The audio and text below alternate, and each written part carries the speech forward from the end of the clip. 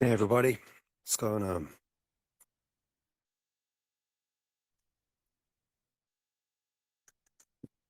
It's all about speaking freely. That's a structure in itself. We try not to keep things on rails so much in these chats. I think we get more benefit from it. More benefit from it that way. Next week's VC is going to be a lot more, well, quite the opposite. It's going to be all about Clarity Act. We're fortunate to get a bit of expertise involved, so that's exciting. We're preparing for that all week as we speak, so looking forward to that one too.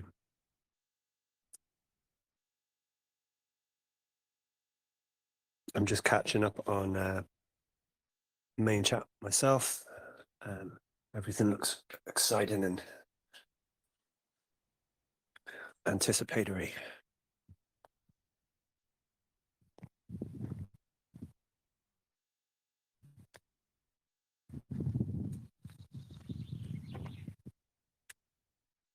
I thought it was interesting overnight seeing LibertySwap post that in some roundabout way, Clarity Act is non-requisite for some degree of success, or it was kind of vague. But personally, I'd rather speak or listen to some people with expertise in legislative side of things and legal side of things. So that's kind of where we put this VC for next week together. We may well get some. We may well get some more questions on that as well, but that's cool. I think what matters is we're all listening and trying our best to understand as we feel our way through this this journey. But things feel good though. They do feel good.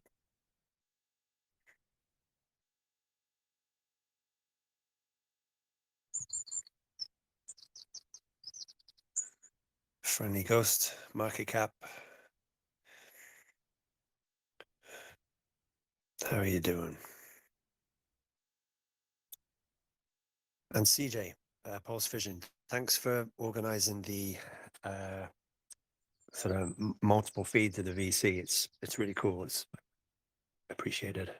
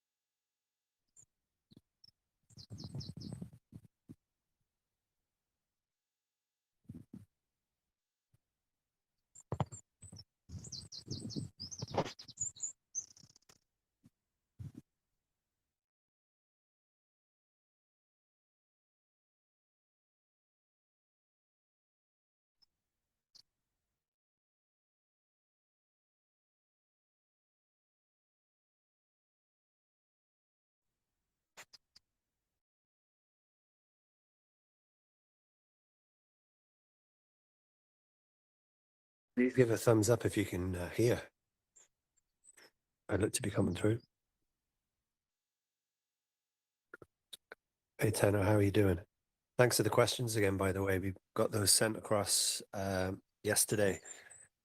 In total, we put 7 questions actually in total. So that was pretty good for a small group. It's hard to fathom a question and put it all down, especially when it comes to someone with legal knowledge, etc. So the questions actually turned out great. Stephen put some really good stuff down, as did you, Tanner. So awesome. Thank you for that. No worries. All good. Appreciate the opportunity. Yeah, I think it'll turn out well. It's something we need to address. You know, we need to tackle the subject as in as best a way as we can.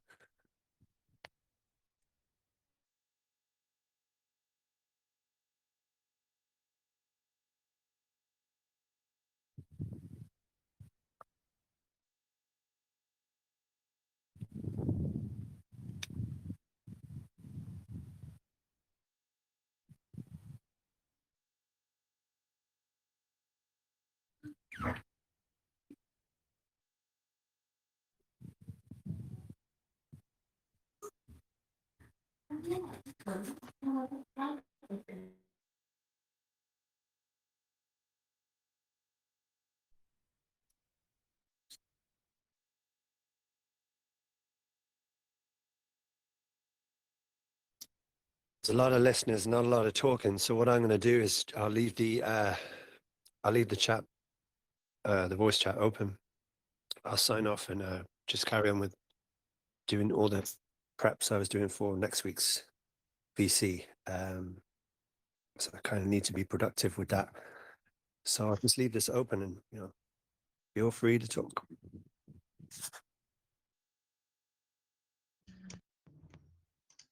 I had a question which I don't know whether it's actually relevant to the whole discussion, but is it theoretically possible for somebody to bridge something from Ethereum to a layer 2 on Pulsechain and completely bypass the layer 1 chain, like doing it undetected, essentially? Is that theoretically possible? Like, is there a bridge which goes directly from Ethereum to Pulsechain layer 2, for example? Have people done that? Like, without a single transaction being detected on Pulsechain layer 1?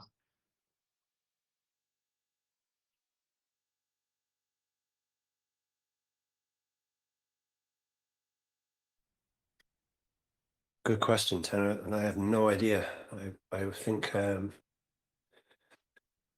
make Maybe a it's a note of 9i thing, perhaps. it. Yeah. Yeah, that's because no one can see this L2.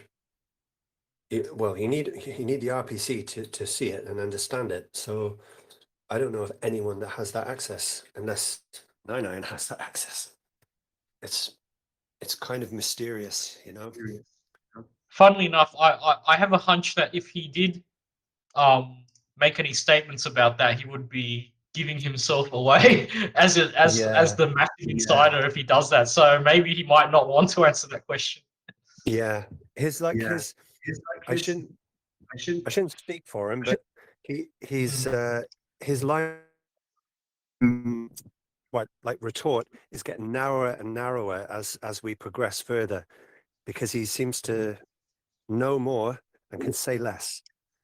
So that it's quite narrow. You know, the opportunity to ask questions is getting narrower and narrower. It's tricky, you know. The believer cycle, as some would say. Yeah, it feels like it, right? And Yeah. I'd say, yeah, I'd say nine could ask, and certainly Bavarian. I think Bavarian might have something to say about that, but I'm not. Maybe maybe his retort is narrowing too, because he's seems to be very very bright and very good at chain analysis. You know. Yeah.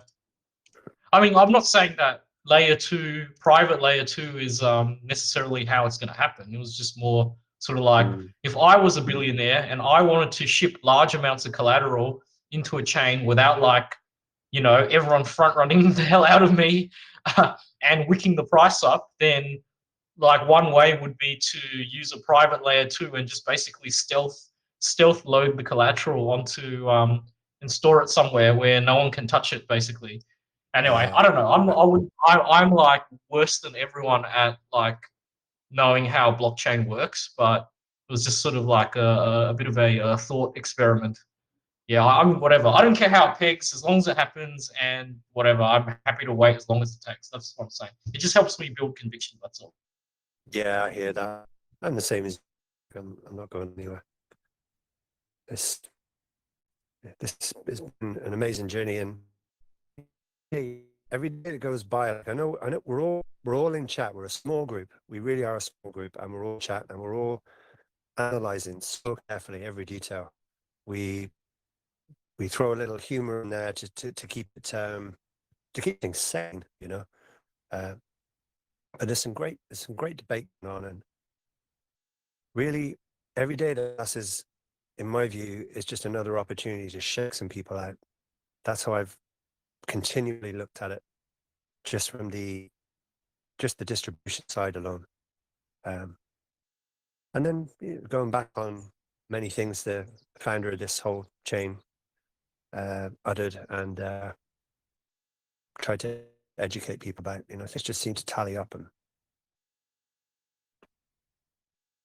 if risk is like times impact, then I'm very, very happy to be here. You know. Oh no, glad. Pleasure's mine.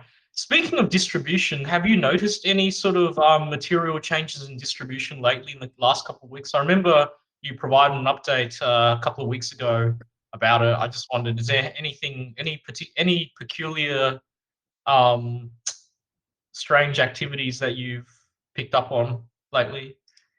Well, over the last, it'll be now, I guess we're coming up 10 weeks. So around 10 weeks ago, we had like a couple of events, like selling events, that spooked the traders. That's what I figured, it was spooking traders.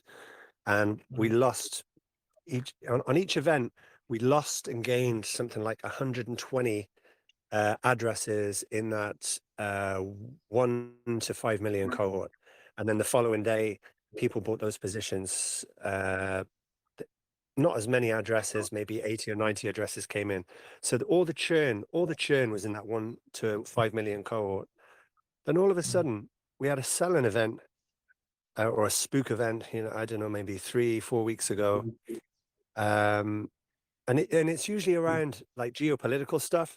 You just look at the markets, and then you just see where it's reflected. And all of a sudden, the 1 to 5 million cohort was accumulating, which I thought, wow, okay, that's different.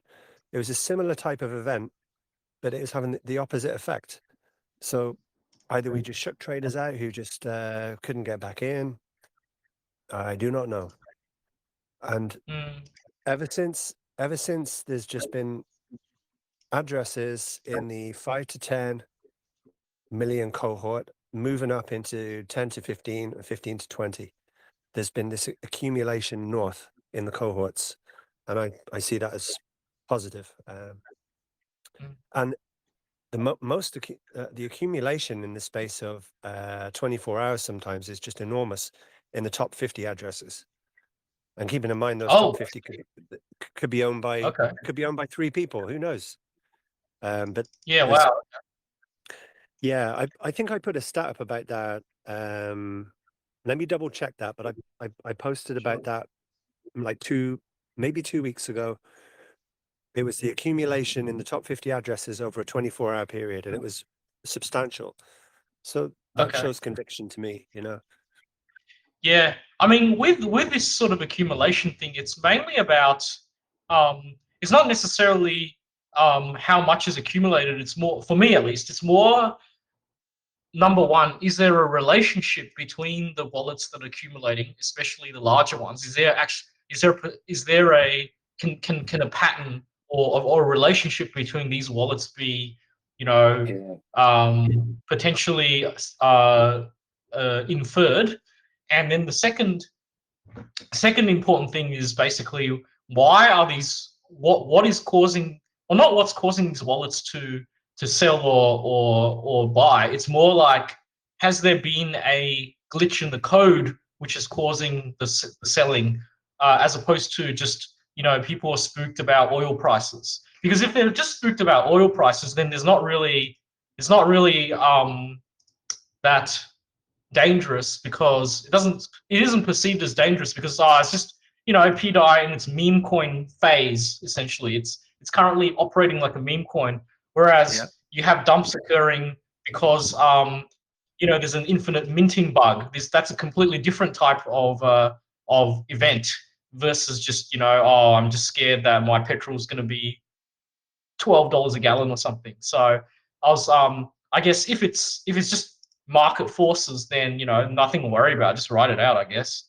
It feels like it's market forces, but so I had, I'll say this. I kind of backed off doing the distribution work because I felt that if the OA really does, well, let's say the pioneers in quotes, if they control 80%, even 80% of the DAI, then those distribution tables are kind of not really a reflection of, say like when there's a selling event or some sort of mass event that pays visit. Well, Yeah. if the pioneers own 80% of that, we're not really getting a true picture of things, and it can kind of lead people into thinking something slightly different. And I didn't want to do that. I considered it. I thought, well, this data isn't exactly, even though it's mathematically correct on the screen, it infers something that isn't quite truthful if there's a huge amount owned by pioneers. Yeah, if there's some sort of relationship between Yeah, the wallets as opposed to just purely, yeah. like Well, fragmentation per se. I I I was chatting to Nine about it a few weeks ago. So I said that I would, share that data with him weekly. So I do that because it takes a bit of time to do it. You have to do all this. You have to scrape the Pulsechain scan. You have to stick it in a Google sheet. You have to add everything up. It just takes a bit of time. So if we're all doing a little piece of the puzzle and sharing it around, it's good. It's like time saving, energy saving. But he Yeah. and I are of the opinion that it's a shuffling the deck exercise, and that would be the relationship you're talking about. So you have one address with a certain amount in, and you need to sort of, maybe it's like obfuscation, making things difficult to track back. Even though it's all on a public blockchain, but he and I are of the opinion that this shuffling the deck has continued and continued, but that it's starting to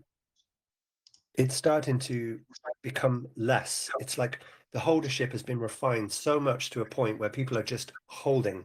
They seem to be holding more or accumulating rather than just selling off into lesser amounts, lesser cohorts, or just getting out altogether. That churn is just not as strong as it was, and it's now things that seem quite that it's more it's more balanced week to week. You can almost predict. You can almost predict where it's going to be in 2 days' time. So he said to me, when the shuffling of the deck begins to dwindle or stop, well, that would seem like go time.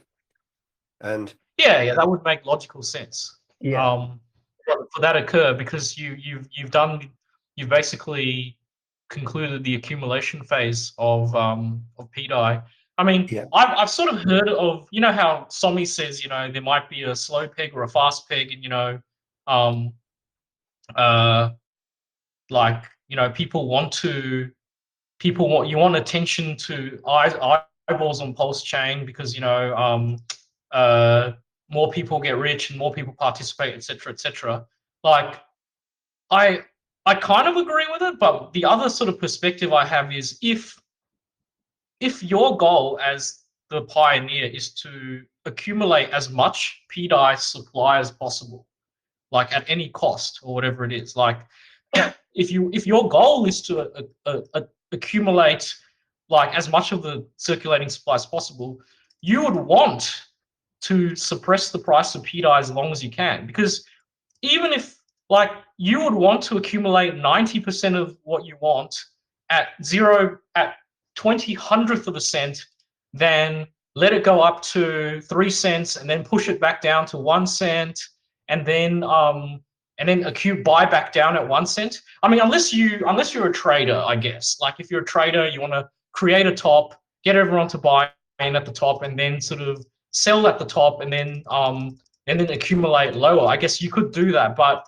if I was actually looking to accumulate as much as I can so that I need the least amount of collateral to back it up when it finally goes to $1, then I mean, I'm not Richard Hart, so obviously, you know, I don't have his genius thing, but I would be trying to accumulate as much pDAI as I can at as low price as I can, and once I'm satisfied that that I have enough you know, supply, I would then instapeg it, and then the 5,000 people who get rich would just be like, they would be shilling so hard that, like, and creating so many green candles in the other coins in Pulsechain that itself would cause the ripple effect of powering the whole ecosystem up. But yeah, I don't know which theory sounds more feasible, like which one's more, you know, more you know, better, anything like that. But I just thought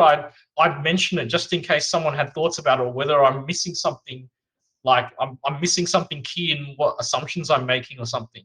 That's what I've been thinking about it, at least. Yeah. I think you're spot on, Tanner. I'm exactly the same train of thought as you. I have been. I think you and I have been at this train of thought for a very, very long time. Yeah. I mean, there's merits, there's pros and cons of both approaches. It's just like, yeah, like it really depends on, I suppose, what the pioneers actually really want to do. I'm assuming that they want as much of the supply as possible. Maybe they don't, who knows? But anyway, whatever. We're just gonna wait. We're just gonna wait and then see what they do, I suppose. Like, if they want to raise it to 5 cents and dump it down to 1, fine. You kind of know what they're gonna do. But yeah, no, appreciate you sort of confirming that my thought process wasn't totally insane, basically. Well, I mean, look, all of us here, you and I and everyone here, we want DAI as cheap as possible in order to succeed. Why on earth would any founder not want for the same? Yeah. I mean, it's a centralized point of control, but it's also about trust. And you know, I know this motto, like trust is dead. You know, we've heard that motto a bit. Trust is dead. Long live ProveX. I was saying last week, like, trust is a fundamental part of the human experience. We're not trusting a person, but at the same time, your trust is directed to ProveX. You trust to use ProveX. So you can't just delete trust. Trust is, it's like breathing. You know, you have to. I totally agree. I completely agree. The thing is that no matter whatever financial system you use, whether it's fiat or crypto, you have to trust something. But I suppose that what we can say is that the governments are definitely not worth trusting. So at the very least, you can create a system which is centralized to a source that is more trustworthy than the government. I think that's sort of the real. That's what really is. It's not removing trust altogether. It's removing the reliance on trusting an entity that cannot be trusted, i.e. the deep state. I think that's what actually it is, because there's scammers everywhere in crypto as well. It's just, you know, I would trust. I mean, no man or woman is perfect, but I would put more trust in Richard Hart than, you know, the U.S. government, you know, relatively speaking. So, and I'm sure that most people here would do as well. So, I think it's just a transference of trust from a definitely unreliable, untrustworthy system to someone who is relatively more trustworthy than that, which is not a very high bar when we're talking about governments here.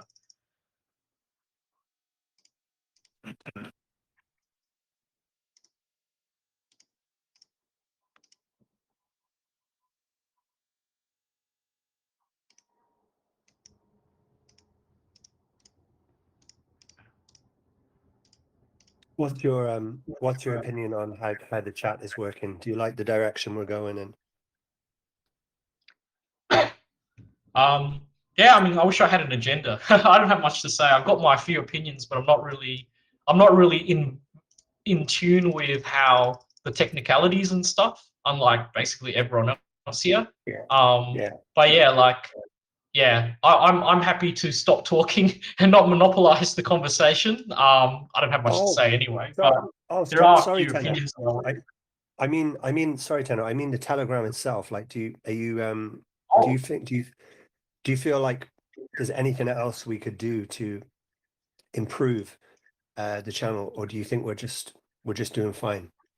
Like, I think I we've think done we're some all good right. I think stuff we're all right. together, but As someone mentioned last week, I do think that there is a point where we need to gatekeep the chat to yeah, people who are trustworthy. Because I know I saw somebody saying that there were still scammers operating in pDAI Telegram, in the official pDAI Telegram. In which yeah, case, though, I think the way that you would deal with it is by basically gating it, and which we already have in a sense. I've already gated it in terms of admin, like having to be invite only. And then what would happen is that the scammers will eventually wash themselves out, like getting banned, and they would attrition down over time. So I like that this chat is now invite only. Um, and then obviously when clarity passes, or when we have a reasonably good idea of the peg actually happening, then it'll probably be a time where we would probably I would start a new chat. I personally would start a new chat and then just invite the OGs onto it, and then yeah. not necessarily sign NDAs or anything, but just sort of it's going to be like Bitcoin 2010 when people were running seminars underground and you had passwords to get in and stuff. That's the kind of vibe I'm feeling from seeing this. Yeah, but yeah, overall I'm pretty happy with it so far and the changes that have happened. Yeah. I should say thanks to CryptoBurn as well. Yesterday, he got in touch. He had all this information about one individual in chat who who's kind of embedded themselves and was visiting scams on people. Like, and it was all to do with ZKX. And he's CryptoBurn sent me a screenshot of the site they're using to do it, and it was flawless, man. Like, I can see why anyone would fall for it. Um, Without just doing the usual due diligence, but you can see how good these scammers have gotten. So thanks to CryptoBurn on that one, because we removed that person straight away. And that's the really cool thing about this community, that Yeah. they there's good communication, and it's kind of self-policing in a way, which is really awesome. Everyone I wants to feel, win. Everyone wants each other to win. yeah. I swear, if these scams actually focus their energy on actually making a positive impact, they probably make more money. Ironically, like if they actually bothered to use their skills and their intelligence in more productive things, that'd be a lot better for them. But I suspect that maybe, they're part of those Cambodian slave camps where they put like kidnap people and put them in front of computers to try to scam or something. That kind of scenario, whatever.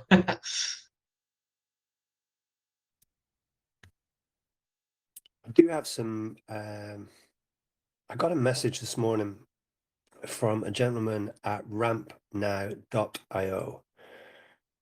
And I was cautious at first, and I put it to the other guys in the admin chat about it. I'll just read it out. His name is Methon, and I thought, well, I wonder who that is. And it said the phone number is registered to India. So I was curious as to where RampNow is based. It's actually registered out of Poland, but it seems it's pretty normal to have people doing the like outsourcing that sort of outreach work to other countries. So India would be logical. Like, we all get calls from call centers in India and things like this, and sometimes it's totally legit. But the way he worded the DM was like legitimate, and it didn't seem quite like a scam at all. So he added a link to rampnow.io. I didn't tap on it. Instead, I searched out rampnow.io and I found it. And he is indeed a member of this team at rampnow.io. unless, of course, he's taken on the name, I thought, and is, enacting a real elaborate scam. But he then gave me his email address. I said, if we want to talk about this at all, we'd obviously put it to the admins and then maybe branch out into the community, let them know this service exists or something like that. We haven't even gone there yet, but he gave his handle, and it's the actual proper RampNow email, methon@rampnow.io. So it seems legitimate. So I'm going to send the guy an email from, I have this pDAI email address to kind of, protect my own identity, but it's the one we use to sign up for the X account. So I'll reach out and see what it's about. But I'll just read the message and just get your take on it as well. So it says, "Hey Osprey, this is Methon from RampNow. We've recently integrated DAI into RampNow, currently under testing. So users can buy DAI using Google Pay, Apple Pay, SEPA, bank transfers, and other local payment methods. We've been trying to get in touch with the right person from DAI, but haven't had much luck so far." Now, I didn't verify that part. I haven't asked, has anyone else heard from him, but we've yet to see. We'd love to explore having RampNow available as an on-ramp option for the DAI community. Would you happen to know who I should speak with? Appreciate any help. But all his links and email handle are legitimate. So we'll just... I would probably ask where he actually got how he actually sort of found out about it, and sort of who he's been speaking to, other than yourself. Yeah. And then sort of independently verifying with that person what happened and so forth. I mean, that's what I would do. It's just, like making sure he's not just making up names or something. And I mean, that's the very first step I do. I don't know what will happen from, I guess, what happens after that. What we do after that would depend on what they say and who you end up speaking to ultimately. If he declines to give it, then I'd probably be like, well, how do we know you're not, the next, scammer off the street? Because they'd be like happy to do that. It's like, oh, okay, it was Taylor Sands who introduced you to RampNow. No, I'm not, no, but I'm just saying by way of example. But yeah, that's what I do. I try to figure out how they even found out about us. And then I'll ask that in the email, and I said I quote the I'm actually going to quote the Telegram the DM he sent me. So if it arrives in the address of another Methon at RampNow, we'll know it was not legitimate. But I'll be super cautious about it. It just seemed it didn't seem like all the other scam things you get, So I thought, okay, let's have a look. Yeah. I'll keep you Thing informed is, like, anyway. I mean, I don't know. It also depends on what fees they charge as well. Like, if they're charging like 4% fees, then even if it's legit, I don't know whether I have the appetite to do that. I mean, it's not. Yeah, it's very early. Like, I think we're a bit early to do fiat on ramps for pDAI. To be honest, it's like price and crap. Sentiment is like non-existent. Whatever. I don't even think it's a particularly big rush anyway to do that. True. Yeah.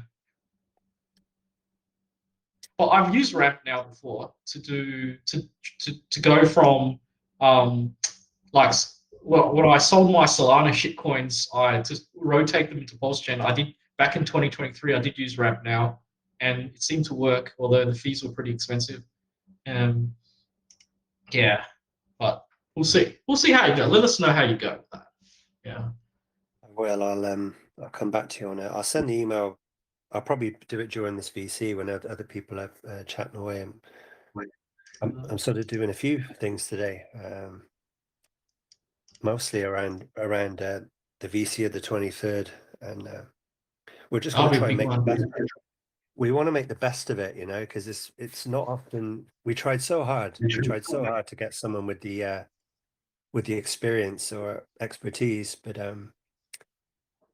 it's a different story when you ask people. It's like they've got to feel that sort of that confidence to speak, which is not easy. And And then it's about getting over this whole idea of sides and factions or groups, communities and coins. One thing we all have in common is the Clarity Act, I think, and it's good to talk about it. Like, we're all grown-ups. I was never really into the taking sides thing anyway. I think there's some really bright people on other chains who could lend their expertise. In an ideal world, I would really enjoy that. Imagine just someone with legal expertise on another chain and another coin comes across, and people on both sides think, "Oh, that's great. What a good example of helping each other out in this crypto space." That would be ideal, but yes, it's a pipe dream, I think, sometimes. But we got someone at the end of the day, so it's great. Are they a pDAI holder? They are, yeah. So there's a massive element of bias. Oh yeah, I mean, you'd be, I mean, there's pros and cons of that, as we would be well aware of. I only asked that because, at least for if it was a pDAI holder, the advantage is they actually know what pDAI is. You don't have to, like, they have a working knowledge of what it's meant to do and what it is, and some of the background context behind it. But yeah, I think it'd be good to get an actual lawyer or someone who knows what they're talking about to discuss the pros and cons, warning signs, etc., what to watch out for, and so forth. He's definitely not. He's not approaching it with a. He's very, very reasonable thinker and grounded in the opinions of his colleagues and the environment he works in. He doesn't seem to be approaching this from I read Telegram and I formulated these opinions based on that can be like muddled a bit by sentiment and expectancy. He really is coming at it from a real as professional a standpoint as he can, and I think that's great. Even though it might be hard to hear as well, some of it might not sit well with some people, but he's coming at it from a grounded perspective, and I think that can be a great benefit to us. Like, good information is of value no matter what it is. It's true. We're not. I guess it's all speculative, right? Even a professional opinion is speculative, arguably, but it's grounded in some experience that we don't have, and I think that's where I'm coming from on this whole subject. Oh, speaking of Clarity Act, what's this deal about a delay happening? Like, what are they still trying to sort out here? Like, I saw a bunch of posts saying, oh, it's not going to happen in July for whatever reason. I didn't really fully grasp what the actual problem was. Do you have any? Yeah. I believe we have something posted in chat about it, but it was around. They're looking for six senators to change their way of thinking before a certain time, Okay. and I think that has to happen by a certain date. But it might, like, I might be contrary to Dr. Pegger on this one, but he's done the research too, so I can't dispute that. But I just always feel like I think the July thing has gotten construed with the LibertySwap posts a bit as well. It's all become one sort of train of thought. Again, I don't really pay attention. Yeah, July. We're here, but I think it feels more likely August to me, or September, before something happens. I never really. I don't. I just don't think July is it. But goodness me, I'm happy to be proven wrong. But at the same time, I don't have the. Dr. Pegger is really on the button about all of it. He's put some great stuff together, Yeah. But there seems to be some, like, they haven't stopped working on it ever since. Like, there's talks and talks going on all the time. I think we need to see I think it's 6 senators fall into position. I'm just not sure on the progress of that. Okay. I mean, to be honest, like, I think it doesn't. Oh, it seems that maybe whether the banks succeed in saying that stablecoin issuers can't pay yield on the stablecoin, I don't really think that's too much of an issue. I would expect the pioneers to have prepared for that eventuality, given how often it's been mentioned in everywhere really. It's more just sort of actually, here's the question. Here's the actual question I have. Aside from the issue of yield and stablecoins, what other provisions? Maybe this is, I don't know whether this, maybe this is a question which is for next week, or I don't know whether it's been already raised by some other community member. But aside from the issue of yield and stablecoins, what other provisions of the Clarity Act do we actually care about? In terms of what would be directly or closely related to pDAI itself. Like the one that gets mentioned the most is the yield thing, but other than that, I can't think of anything else. I mean, there's this thing about DeFi safe harbors and then having monitoring, like surveillance of transactions for counter CTF and AML, but like, how would you even do that if the protocol's not even like officially owned by anyone, or nor docs? Like, how would you even enforce that on pDAI? But yeah, maybe one of the questions which you might add to next week is what other provisions of the Clarity Act actually matter other than yield in this sort of context? Yeah. We've got I think Clarity Act, there's going to be a legal distinction between truly decentralized protocols and these sort of companies pretending to be decentralized. That's inside the Clarity Act. But at the same time, Pulsechain isn't a company, so I don't think It's people just a bunch of code lines. Yeah, it's literally just a bunch of lines of code on the internet. Yeah, it's the Pulsechain. The community is not Pulsechain. Like, community is not the blockchain. It's a community. Yeah, that isn't the one. That's not the one. Actually, the community isn't the one actually issuing the stablecoin. It's the minting of it on chain of an unknown entity, which, whatever. It's just, yeah. Anyway, I think I'm preaching to the converted. Anyway, sorry. No, you raise a good point, but I feel like a lot of the work was done. Even though the SEC versus Pulsechain, right? It wasn't dismissed on merit. It was dismissed on jurisdiction. Now, the appeal window came and went, which is very positive. So, but we don't have a distinction about this whole argument that blockchain is speech. I don't feel we've arrived at that, even though that's what was being argued. That was the base. I think that was part of the basis of the argument on the side of the defense. So really, yeah, absolutely. Actually, you're absolutely right. Pulsechain isn't a company. The people aren't a company. The holders aren't a company. The Pulsechain is speech, according to the defense. But we never got to hear that argument dismissed on merit. I wish we had, because I really think the founder, wanted to show the world that. And it was evident in a lot of the writing on X at the time, and all the people that showed up to support it, this was the narrative, and it seems based in truth to me as well. So really, what we have, you need another case. You need another case to actually litigate that point.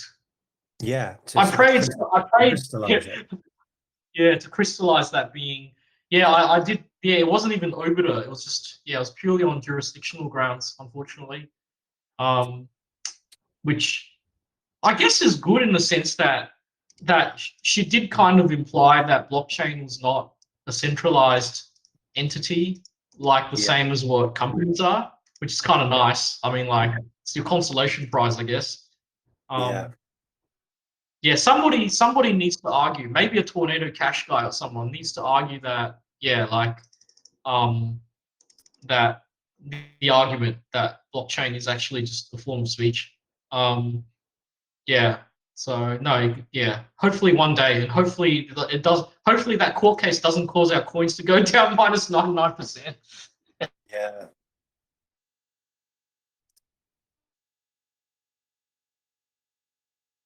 I mean, everything feels peaceful on that front. There's been no. The only thing remaining is this Interpol business. I feel like the bureaucratic side of things there isn't going anywhere anytime soon because bureaucrats are super, super slow. Yeah. Well, I guess the positive part is that because PulseX was ruled to be out of jurisdiction, essentially ruled just to be code, that kind of implies that all smart contracts which are that are designed in the same way as say PulseX or Hex would be uh, out of jurisdiction as well. So at least that's a positive to take away. I guess I would have had a question of if I wonder if there's any way that they could legislatively get around the ruling. Maybe I don't know. I think that's probably one of my questions which I had. I asked something like, does regulation or any can they legislate their way and change the rules and try to rug us that way? But yeah, I mean, if that happened, then they'll probably take forever anyway because you know how fast these guys are. You know. Oh, you could be waiting 3 years. Yeah, I think hopefully we're all cashed out and in Dubai in 3 years. yeah. It could be a question. It could be a good question to ask on next week's VC. I keep that one in mind because that what we were going to do because it's going to be recorded and it's on at a bit of a weird time as well, Tennis Sands, because and I know you're far away. Well, we're far away from you, but the we're going to have it on at 11 p.m. UTC. Actually, that might fit your time zone, maybe. I'm not 100% sure, but it's on at a bit of an awkward time because it suits the guest, because they have a day job, and we said we'd work around them. But in any case, it's going to be recorded, and we felt like we could of the 6 questions we have, 6 or 7 questions, we feel like we can get them covered inside of perhaps 45 minutes, perhaps. We took the questions, we sent them off to him yesterday. He's looking at them on his own for several days, and anything he needs to run by lawyer colleagues, he's going to do so. So it's a fantastic opportunity. So he's got 7 days, which I think he's like agreeable to it. I think he feels like he has enough time to cover it, to cover all the questions, and he's going to send back which ones he's happy to answer, which can be I guess it's a time constraint too. It's a lot of work on his part because he aims to come back with good data. So that section of the VC, we're just going to read out the questions. Say, so this question was from XYZ. This question was from Tennesans. He asks XYZ, and he'll read the answer. He's got it all there, but I'm sure he'll talk off the cuff too, and it's going to be as natural as possible. But when that window of the VC is complete, we'll just open the chat so people can just speak freely as we do here, and just throw a couple of questions. Also, just perhaps based on what we've heard in that first 45 minutes. I felt like that would be the better way because then it really presents as a very useful recording for people to refer back to or maybe share on maybe perhaps other pages and in other groups. Otherwise, you've got all of us sort of trying to figure out what one thing means in a 5-minute window when it could be explained clearly by one guy. Or I just felt like it'd be more. I know I say about not having structure, but I think that one in itself needs to have a bit of structure. So keep that question you had in mind, and keep that for the for next. Raise it on next week's VC, because it's a damn good question. Yeah, basically, yeah. It's just jurisdiction. Yeah, the main question was basically, does Clarity Act, is there any provisions in Clarity Act other than yield which actually matter here? I think that was the main question. At 11, was it 11 p.m. UTC, did you say? Yeah, 11 p.m. on up here. 11 p.m. Okay, what time is UTC. it now? What time is it Here, now, UTC? it's 13:51, 10 to 2 in the afternoon here. So let's say 14 UTC right now. Yeah. Right now. So 11 p.m. UTC will be 2 p.m. UTC right now, roughly. So Yes. 11 p.m. would be 9 hours from now, which is in the morning for me. Okay, great. Yeah, be about 9 myself. a.m. Yeah, it's morning. Be Morning, about 9 great. a.m. for Sydney. Yeah, what day? What is that next? That would be Wednesday morning, yeah? Wednesday morning for us. Yeah, for Yeah, you guys, yes. it'll be Wednesday morning. Yeah. Yeah. Okay. Hey, Michael, nice to see you. Yeah, you too. How are you guys? Hey, Michael. Just a fly on the wall, really. How goes it? Hey? How goes it? You doing all right? Yep. Yeah, no, yes. Yeah, no, not too bad. Just came back from the pub actually. But it was interesting to see LibertySwap's view on the Clarity Act not being a necessity. But Yeah, if we hold any weight to what they say, which I do, but I thought it was interesting regardless. me also. See what happens. Contrary to what even Nine I was saying, because even he was saying post Clarity, you know, he was always kind of, you know, it was brought up quite a lot. So it's kind of contradictory to what he said, but it's not the first time we've seen this.